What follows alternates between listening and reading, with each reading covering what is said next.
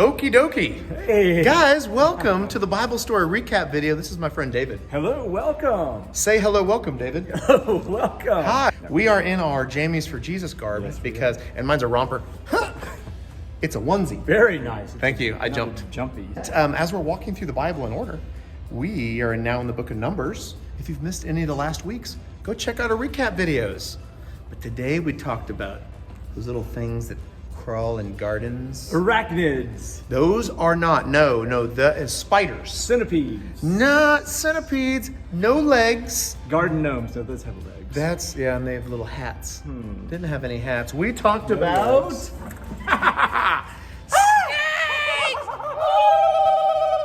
Really, as dangerous, I don't think, but they are kind of neat how they just, they move. That real? Okay, hold it. Oh my. Good thing we don't have another bucket full of snakes. Oh, we that do. would be horrible. Easy, buddy, easy. And we're back. You know the Latin word for snake is anguius? Who doesn't know that? It's like an anguius bite. Doesn't have the same ring. It's got to be snake venom death bite. Now, before we got to the Bible story today in the book of Numbers, chapter 21 and 20.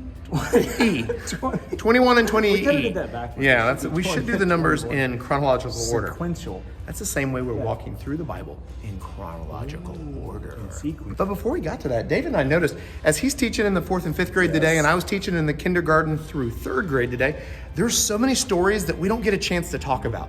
So we want to encourage you guys to do that at home. Like last week we talked about the spies. 10 didn't want to go in. 2. Caleb and Joshua? That's right. Oh, yours is highlighted too, just like mine. Highlighted. We like to highlight things. We do. See, because we read it. Not just on Sunday, we read it all the days of the week. Look at this. The pages are not stuck together. Chapter 16. That's the one. Here we are. There is a really crazy story about this whole family and they were rebelling against Moses. and then the whole earth opened up, swallowed them, and then closed back up after them. But we didn't have time to tell that story. No, we did not. No. We didn't also, in addition to that, have time to talk about Numbers chapter 17. Oh, I love that one. Yes, his staff, his rod, God made it actually, would you call blossom? Yeah, it budded. It budded. Budded, yes. Flowers, almonds. Was it a staph infection? No, it was not a staff. Oh, they put that staff in front of the ark, and at one point it looks like in the Ark of the Covenant, but later on in the Bible, it wasn't there. Wow. They also put a jar of manna in there, but later on in the Bible, it wasn't there either. So is that the same ark that had the commandments in it? that's right. Same one. Yeah. So they're building the tabernacle. They're wandering around this journey through the wilderness in Numbers that should have taken 2 weeks. It is now taking 40 years. I need a drink of water. That reminds me. See, the people were wanting water so badly. They were complaining, God, you're not listening to us. Moses, you're not listening to us.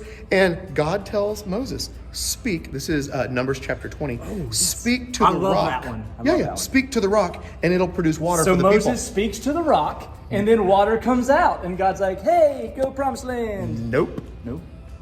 He actually gets kind of angry. He hits the rock with his pole staff twice. Why would he do that? God said clearly, speak to it, like speak to your mountain, but speak to your rock. And we find out later in chapter 20, because of doing that, he and Aaron will not be able to enter into the promised land. Now they can't go, and because of the whole spy situation from last week, none of the adults can go in.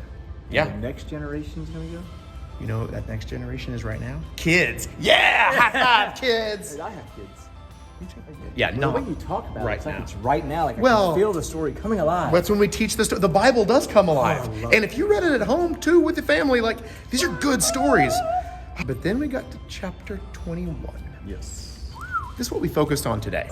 The children of Israel still complaining. It's like they forget what God has done for them. He freed them from slavery, and he gave them water and manna, and still they're like, I don't want to be here. We're here to die. Our cows are gonna die. We don't even think we need you. Basically. Whoa, time out. Yep. Bad idea. His hand of protection that is on them is now going to lift up. Wait a minute. And God's going to allow venomous snakes to go in. No way. So you're saying that maybe bad things he doesn't really punish them, but maybe it's already there, but he's protecting us like this wall or this hand of protection. It's like, get away from my children. And then he moves it. That's exactly it. And you get bit in the leg by a fiery serpent. But that doesn't always happen. It happened in this story. But they get bit, they're going to die. People are dying. And then basically they said, Moses, we're so sorry. We sinned when we spoke against the Lord and against you. Pray that the Lord will take the snakes away from us. So Moses prayed. What happened then? Man, God takes action. He says, all right, Moses, make a snake, put it up on a pole. Anyone who is bit can look at it and live. So Moses made a bronze snake, put it up on a pole. Then when anyone was bitten by a snake and looked at the bronze snake, they lived. So God provided a way for everybody to be saved and to be healed? That's correct. Dude, cool. What if we had something we could look to and we would be healed? Interesting. You know that verse, John 3:16? For God so loved the world, he gave his only son. Jesus spoke that, right? God so loved the world, he gave his only son. Whoever believes in him will not perish, but have everlasting life. 2 verses before that. So John 3:16, 16. 15, John 3:14. John 3:14. Let me read you this. There it is. John 3:14.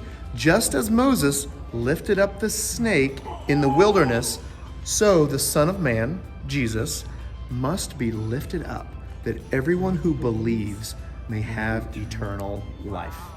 Snake in the Old Testament on a pole. Jesus nowadays On a cross.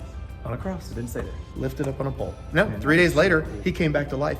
And when we believe in him, we'll be saved. Yeah, all the kids, we were all talking about how when we do start getting to the New Testament, it'll be cool because a lot of this Old Testament story will make more sense. You really need the Old Testament that points to the New Testament. Not all. But we want you to discuss with your family, your friends. Take a look. Grab yourself your very own snake Yes. and give it to your friend. Here's one. Here. Oh. Sorry. Snake in the eye. Hey, you got a guys are nickel. awesome. For every time a venomous snake hits you in the eye, Yes. how many nickels would you have? One nickel. Well, at least you'd have a nickel. We love you all. If you missed any weeks, go back and look at the recap videos. And we love that you guys are here. Next week, join us. We're talking about talking donkeys in the Bible. Oh well. Who knew? We'll see you next time. Bye.